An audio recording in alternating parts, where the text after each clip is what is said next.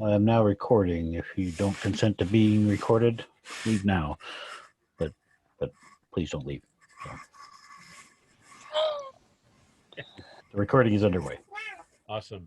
Well, welcome everybody to the Murray Amateur Radio Club's Thursday club meeting. This is the first Thursday of the month, and like all great old men do, you forget things, and I forgot to do the check-in net today, and it was going to be on the 220 repeater too. So sorry about that. I've been listening to the news and working on this presentation, which, by the way, we'd like to welcome some members of the Taylorsville Ham Club. We are going to be actually doing a fox hunt with them, and so this is what this presentation is all about. So without further ado, I'm going to share my screen. Let's see, I'm going to share it on screen 1. And I don't need sound. So, can you see my screen, guys? Yep, we're good. Okay. So, we are talking about amateur radio direction finding, aka the fox hunt. In 1990, the amateur radio fox hunt in the U.S. was almost always done in a car. A weekend fox hunt meant hours and hours of driving in a well-equipped car, for that matter. When they got really close to the fox, and we're going to talk about what all this means later on, they used a on-foot sniff, which was a precursor to today's fox hunt. Back then, there was just a few North American hams that had any experience in the kind of on-foot transmitting hunting that was already being enjoyed in Europe and the Asian mainland. So this is kind of new to the U.S. in comparison to other parts of the world. It is a serious sport in many locations. They have awards. This is Cincinnati, Ohio, and back in 2010. A couple other ones this year in Boston and in Serbia. People take it serious. And when I say serious, that's what I'm talking about. Serious. So why do it is the question. Well, some people do it for the exercise, and more power to them. I remember once I was able to run.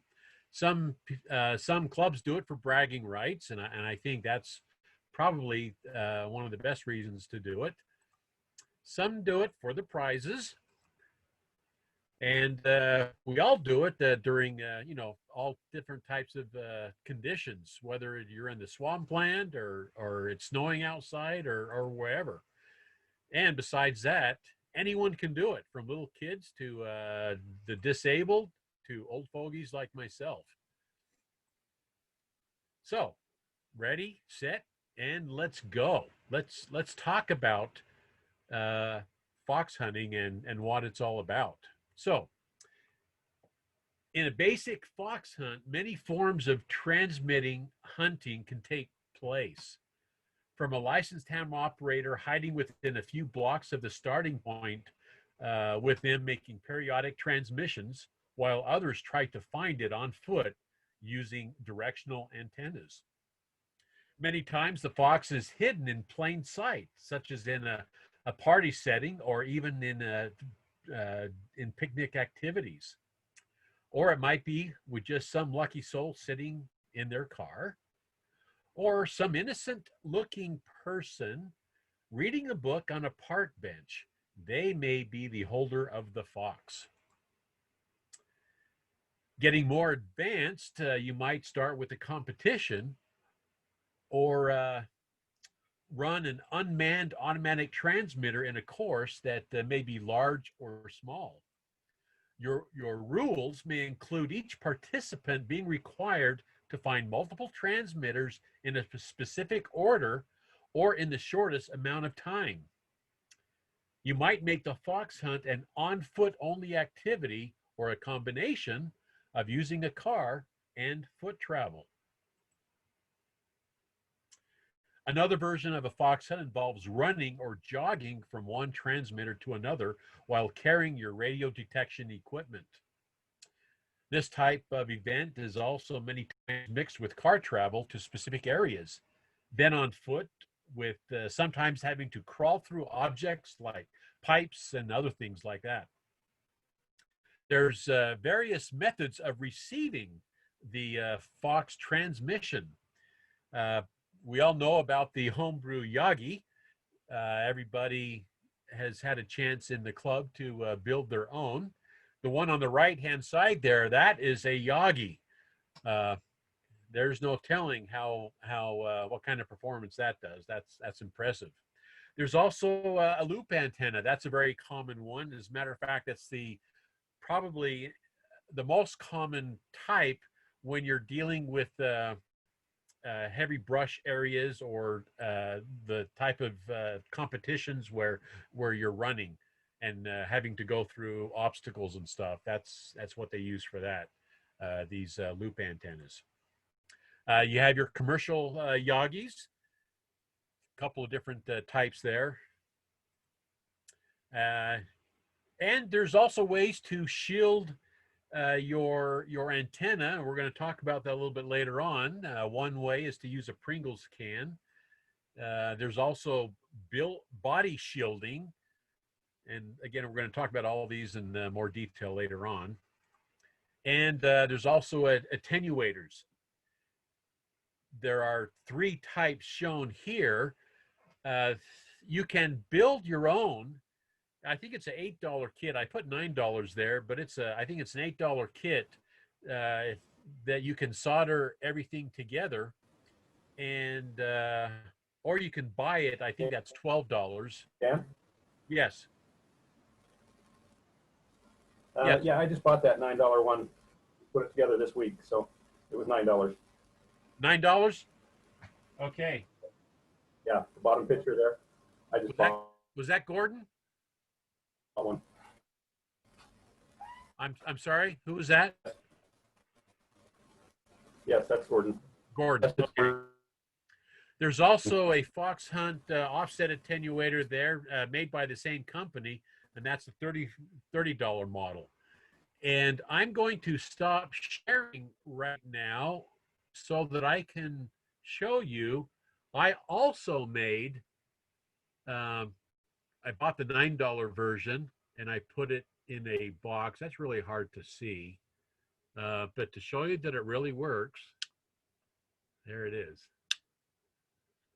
So it has a BNC connection on there, powered with a 9-volt battery. And so I'm going to try that on the Fox Hunt. I also bought one of these $30 units. And I'm going to test to see which one is better. I'm going to see if I wasted my money in buying this, if that $9 one is fine. But anyway, there's a couple of types there. I know Troy, he has this type here. How do I know that? Well, when he ordered me one as well. So thanks, Troy, for that. And let me go ahead and share my screen again. Screen 1. Okay. So, and we're going to talk about, and as a matter of fact, next week, we're going to get more detail about the attenuators and different methods of receiving the Fox Hunt signal. And you're probably, you may be wondering, why do you need an attenuator and body shielding and that type of stuff? Well, hang on, we're going to get there. So let's talk about the Fox. The Fox is a small transmitter that's transmitting usually very low RF power, as low as 5 milliwatts I've seen. Here's an example of one. It's a Bionics Microfox, and it's only transmitting 15 milliwatts. This is what we're trying to find in a large park, something that's just transmitting 15 milliwatts. So that's, now you know why we use the Yagis. Got to have that. This type of fox, this micro fox, can be hidden in many items. Some people hide them in the cruxes of trees, underneath bushes, in a shoe. Boy, all kinds of places, in ammo cans, blah, blah, blah. Obviously, they are operated under the license of the owner because it is transmitting on the ham bands.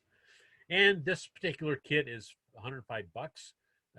And I'm going to try to make my own. So I'm going to just let that one, I may end up buying this one, but who knows? There's another one. It's called the Microfox Pitcon. It contains a 2-meter transceiver. It can be remotely controlled using DTMF on your, from your radio. It also is operated under the license of the owner. Of course, any transmitter has to be operated by someone who's licensed, and this one costs slightly more. So, Quick one of question. the things, yes, question. So the rules that these are operated under, since their control operator is not physically present, is that like, is it operating as a beacon, or is it operating like a repeater would be operating? What's the rule set that's used for that? That's a good question. Troy, do you know the answer to that? Yeah, it would be a beacon.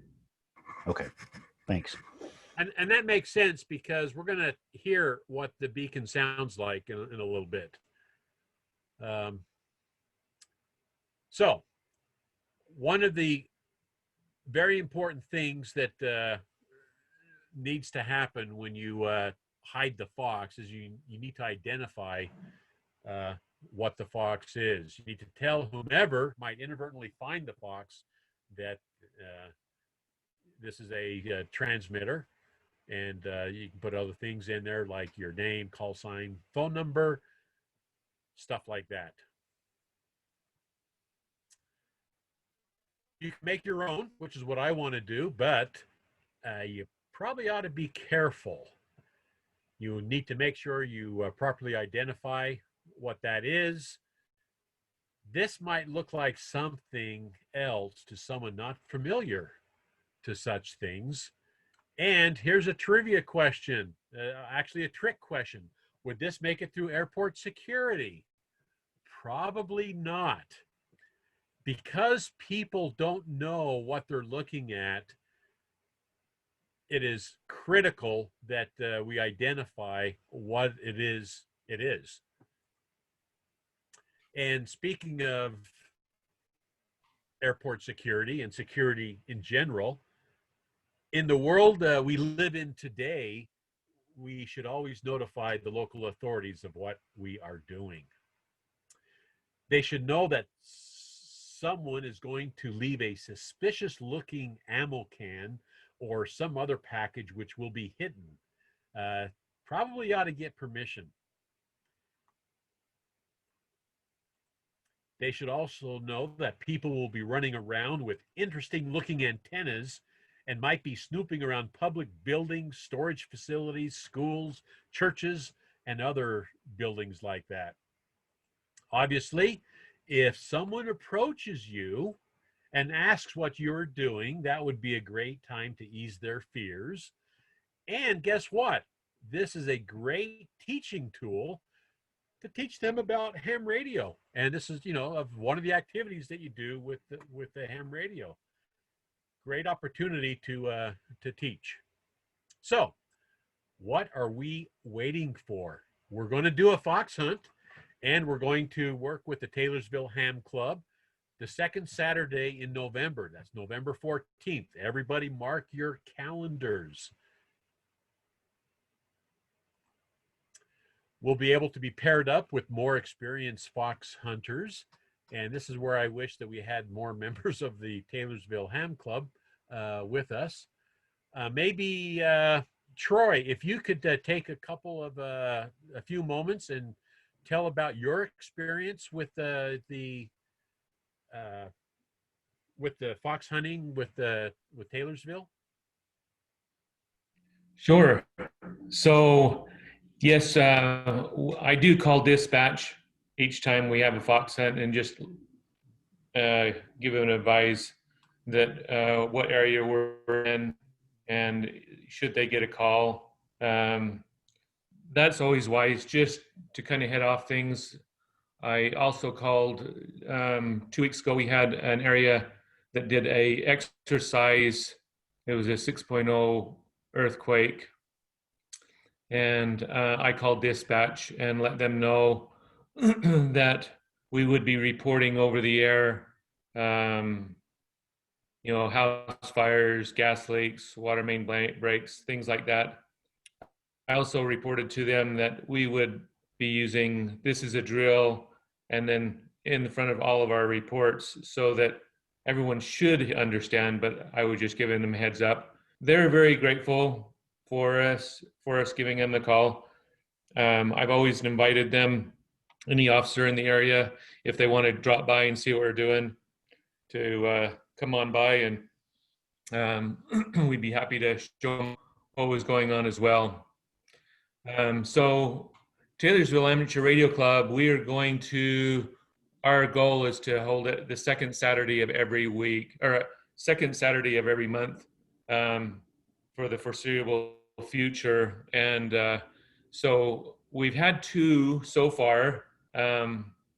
Both of them, we got 2 different groups out. That was interesting. So even though, well, we had one guy that came to both of them, but there was 2 different groups that actually came out to them. And you can go, if you're sitting in front of a computer now and want to go to the Taylorsville Amateur Radio Club's website. It's taylorsvillehamnet.net. You can see some of the pictures that we have of our last fox hunt. But yeah, as far as it's been interesting because we kind of went as a group on both of the fox hunts, and that was more because we had people that weren't as experienced. Well, nobody really had a lot of experience. I'd only participated in one other fox hunt prior to the ones we started holding, and the first one, I only had one guy show up with a good antenna, and the rest of them were just like, well, I don't know what to do. So I hurried and ran to the store, bought some Pringles, and came running back and gave them some Pringles cans so that they would have a Pringles can. So the first fox hunt I ever participated in, the first thing the guy told me or asked me, he goes, well, have you got your paper clip and your tape measure antenna? And I looked at him, I like, oh, paper clip? And yeah, so a paper clip is another nice way of just sticking a little bit in there, the paper clip in the end of your antenna, and then able to just use the paper clip as the antenna. The Pringles can work surprisingly well on my first hunt. It was amazing. And I did get some strange looks. I was at a park that was pretty crowded, and but we did talk to a lot of people. It gave us a lot of opportunity to talk with people. And once we found one of the foxes, I had one with me so I could show them what we're doing. And so along with that, with dispatch, letting them know that we are hiding a transmitter, we are informing them that we have people running around with these strange antennas and radios, and they're searching. And so if people report suspicious activity, then dispatch can just say, yeah, we know about it, type situation. But it was a lot of fun. I mean, we had this second one was a little more organized in a different way than the first one. It was a kind of a work in progress. After we found the fox, some of the club members took the opportunity to walk away from the fox and play with their antennas to see how the radio and the antenna interact with the fox, and how much sensitivity they could do, so they could actually find it easier the next time and so these are relatively easy. I mean, we're not doing any advanced hunting at this point. We're mostly trying to train people and help them have an enjoyable time. The first fox hunt, we were a little over 3 hours, and the second one, we were done in about 2.5 hours. And so on November 14th, we will be meeting at 9 o'clock. And we've got the hunt scheduled from 9 to 12. And it's going to be at the, I think Rulon put on there that we're going to meet at the ballpark, but we've been meeting at Taylorsville's City Hall. So you can just look at our website to get the information if that gets updated or not. But a lot of fun. Anybody have any questions? Give me your website, first of all. It is TaylorsvilleHamnet.org. And you can always just Google Taylorsville Amateur Radio Club. You'll see our new logo. Okay, it's going to be 9 a.m. to 12 p.m. Yeah. Okay. And like I say, we may be through before that. It doesn't mean that we're going to, I mean, we just want to be about,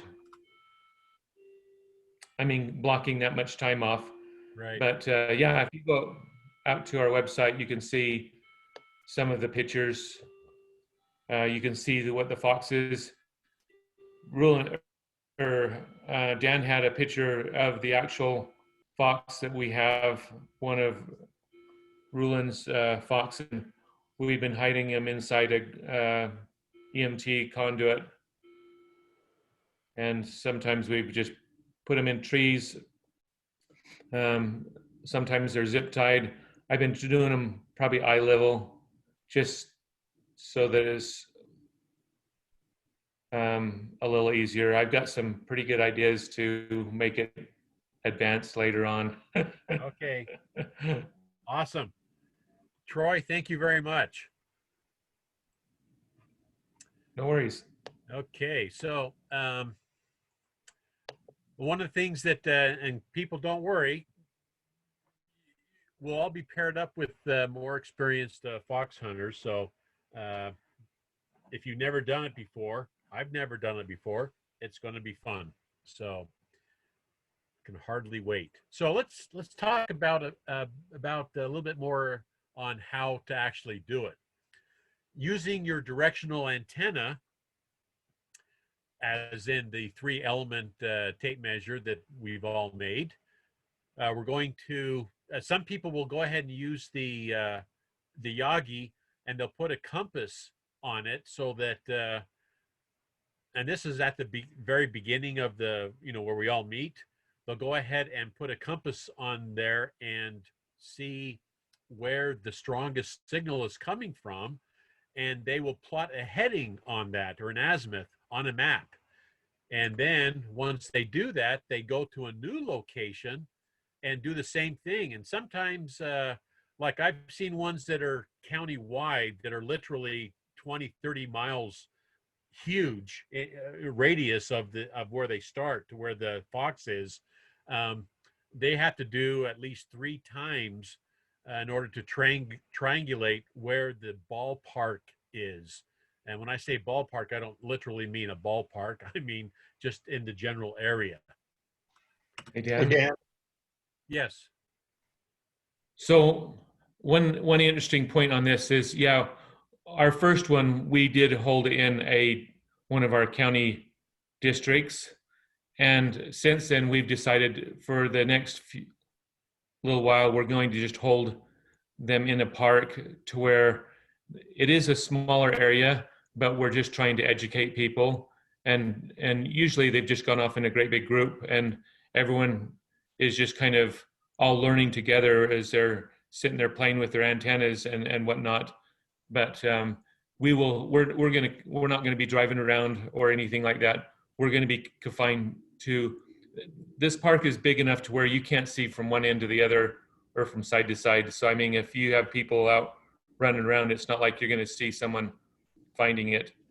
But just a kind of a heads up, you know, yeah, you're not going to have to be driving around or anything. We're mostly just there to try and teach how to start using your antennas, you know, whether it's the tape measure, the Pringles can, or the paper clip, or the body shielding or whatever. Right. And just because we're not in a car doesn't mean, I think it would still be a good practice, a training practice, to go ahead and try the triangulation. Go to different parts of the park and, you know, plot your bearing and just to see how that works, because that will translate later on into when we actually start going in cars and, you know, start hiding the hiding the fox on Temple Square. That would be fun. And, All right, Dan, what is the I'm distance sorry? that these transmitters will go? I say, Well, what is the distance one of these transmitters will transmit? I think the better question is, how good is your receiving antenna? Because with 15 milliwatts, it will blow.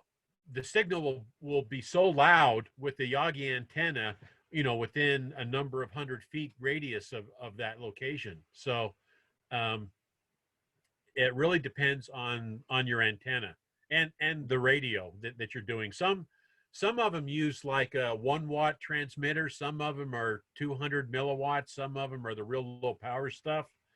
As a matter of fact, some clubs, they'll go ahead and have multiple Foxes running. They'll have a higher power one, like a 50-watt Fox, if they're doing a county-wide type of thing. And that will be done like in a vehicle with a good antenna, so that you can you know, reach it. Just one second. So you can reach it quite a distance, and then once you get in the general vicinity, then you use another Fox to go ahead and search for the low power stuff. Troy, you had a question. So exactly. So the two Foxes that we have, the little ones, they're good for about 2 to 3 miles, and then we have another Fox that it's actually a Arduino card that we hook onto a Baofeng radio, which is 5 watts, which would more than cover the whole valley. So that's what we plan on doing. One of the efforts that we're wanting to do is help our club members identify the geography of our city districts. And so that's why we'll start holding them in the city districts, and we'll use the Baofeng maybe to get them to the right city council district, and then we'll have the 2 other ones that are that they could pick up within just a couple of miles from it. But yeah, that's what our intent is on that. Back to you, Dan. Okay, thanks. I'm just looking at your background, Troy. It gave me an idea. We ought to try hiding a Fox up in the ISS space station. That will take everybody for a loop. Okay, so anyway, once you triangulate and get in the general ballpark, then you go ahead and switch to the close-up methods for finding the actual Fox.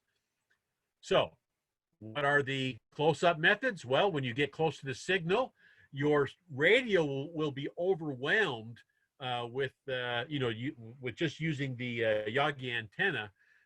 It'll be very difficult to find out by direction where the signal's coming from. At that point, you need to use some type of an attenuator. Or maybe a better way of saying that is you need to attenuate the signal. Whether you use an attenuator or your body or a Pringles can or a paper clip, there's a lot of different ways of doing that, and we're going to get real detailed next week in understanding how to fine-tune and attenuate the signal so that you can look at your radio S meter and clearly see the direction. So at this point, without using an attenuator, you're going to look at your radio. And oh, by the way, Baofangs will not work with this because they have a lousy front end, and their S meter will not work with what we're doing here. You have to use a radio that has an S meter that actually works. So we can talk more about that next week as well. And so what happens if you don't have a commercially made attenuator or a Pringles can? Well, there's this body fade method where, and this is one of those things where you do not want your big modified antenna on your rubber duck, on your HT. You want to put the factory supplied duck on your antenna because those are usually lousy antennas. I don't care what make or model your radio is. Those are usually not the best antennas. And even if that grabs too much of a signal, then that's where the paper clips come in, or even taking the antenna off altogether. In any case, you use your HT radio and you hold the radio close to your body and physically turn until the signal is the strongest. And if the signal is the strongest, it's typically kind of where you're facing or in that general direction. If the signal is strong in all directions, then you can unscrew the antenna or remove the antenna altogether. Sometimes on the transmitters, Foxes that are like 100 milliwatts or greater, even that will not work because the signal is so strong it penetrates the HT, and so you need to attenuate the signal further. And again, we're going to talk about methods of attenuation next week. Very simple, by the way. One simple way, as Troy was talking about, is you can use the Pringles can method, or a simple a cardboard tube and put aluminum foil around it to cut the signal out. So there's a lot of different methods of doing this. You can also listen to a harmonic. So as you get close, you can turn the transmitter's receiver to the second and third harmonic. What's that all about? Well, if the Fox is transmitting at 146.565 megahertz, which, by the way, is a very common Fox transmitter frequency, you would turn your radio to the second harmonic, which is 293.130 megahertz, or the third harmonic, which is 439.4695 megahertz, and listen for the signal. How do I come up with those numbers? Well, you can see on the right-hand side, that's how you figure it up. You just add the frequency onto itself, and you get your second and third harmonics. And I might make mention the $9 ones that you buy and the $30 ones and others, they actually use a crystal to oscillator that's I think both of mine are 4 megahertz oscillators that with those type you go ahead and change your signal to 4 megahertz up or 4 megahertz down from your main transmitter, your Fox frequency, and that's how you use the attenuation on that. So slightly different. Again, we're going to talk about that more next week, but if you don't have anything, you can listen to the harmonic on your radio or a scanner for that matter. I know some people use scanners, if anybody still has a scanner out there, to do the very same thing. So next week, we're going to talk about the attenuators. We're going to explore in detail non-commercial methods of doing it as well. So more details on the November 14th Fox Hunt with the Taylorsville Amateur Radio Club. And with that, does anybody have any questions? No, nothing from Steve. Okay. I got a question. Yes, sir. What frequency is this? Is the fox that we're going to be hunting running on? Is it on that one?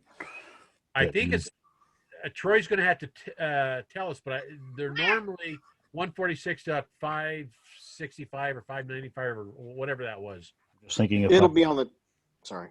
I was just thinking if I'm going to build an antenna, I'd want to make it the Yeah, appropriate 2 length. meter. You know what?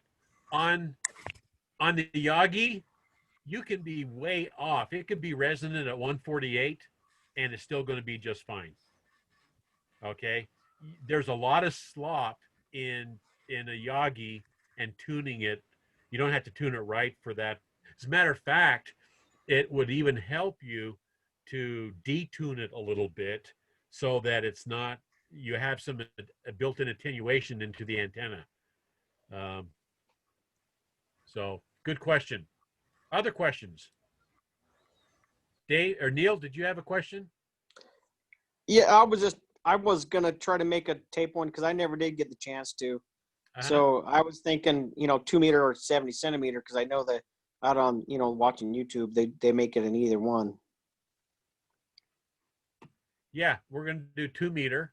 And speaking of that, this next section, actually, when you download this or look at this on our website, this is how to build a 2 meter tape measure Yagi. And I'm going to let you go ahead and read that. Gives you the bill of materials. There's a diagram of what it, how you need to put it together. And it goes through each step on the actual build. And when you go through this, you're going to have to pause it because I kind of went through that pretty quick. There's also a 2-element Yagi, and I've actually built both of them, the 2-element and 3-element. So I'm very curious to see what the performance is on that. And I built this 2-element because I wanted to have another antenna with less gain that the 3-element will have. Again, that's built-in attenuation without doing anything, without spending a dime. Another technique, as long as we're talking about attenuation and techniques, is since this is a tape measure antenna, I'm going to try folding over each one of these elements so that it's half the distance. So the length of the antenna is still there, but it is not. It's going to be not as efficient. And so again, that's another way of doing different attenuation. Something else, and we're going to talk about this next week. Typically, the foxes will be set so that the antenna is vertically polarized, like our HTs. And normally because we're doing 2 meter and 70 centimeter and FM transmissions, we use vertical polarization. Well, a built-in way to desensitize the antenna is to turn that horizontally so that you're horizontally polarized, and the signal will drop down considerably. So again, that's another technique for attenuating the signal. And again, we're going to talk about all this stuff next week. But anyway, here's the instructions for that. There's some links there that you could go to, which is where this came from. And that's all I have. I have a question. Well, hopefully I have an answer. I was wondering if any of you used a loop antenna and worked on a null, using the null instead of the to get your more Yeah, to get the Right. location. As a matter of fact, I have not used a loop, but I've been watching a number of YouTube videos on ways that people do their fox hunting. And one of them is specifically using a very, very tight null. And it uses an interesting version of a dipole. And I'll show that next week. But it uses, and you bring up a good point there, Ragnar. You can either search for the signal or you can search for the absence of the signal. And sometimes the absence of a signal, you get a tighter beam that it becomes very it's very sensitive to the null or the absence of the signal. And so again, we'll talk about that next week. I'd like to make an antenna. It looks pretty simple to build. I think I'm going to do that before the Taylorsville event, and just test them out. Ragnar, do you have a loop antenna that you're going to use? Well, I've used before. I've used the regular AM antennas that you can usually purchase at with a multi-band radio, just an AM FM shortwave radio. They will give you a good signal, but also using the broadside of a Yagi. If you know its pattern, it's pretty easy to find a narrower null pattern. And on the backside, I actually works fairly good as far as attenuation goes. So yeah. There's a lot of options out there. Yes, and one thing that we'll learn next week is there are a lot of ways to pinpoint where that fox is, using signal attenuation, using the nulls to our advantage, understanding what do you call it? The pattern of the antenna, understanding how that can be used to your advantage. And so it's going to be fun next week. So you mean playing with the lobes is what it's called? Yes, thank you. Yeah. Okay. Other questions? Well, without belaying the point, thanks everybody for joining tonight's club meeting. Go ahead and turn off the recording, Jan.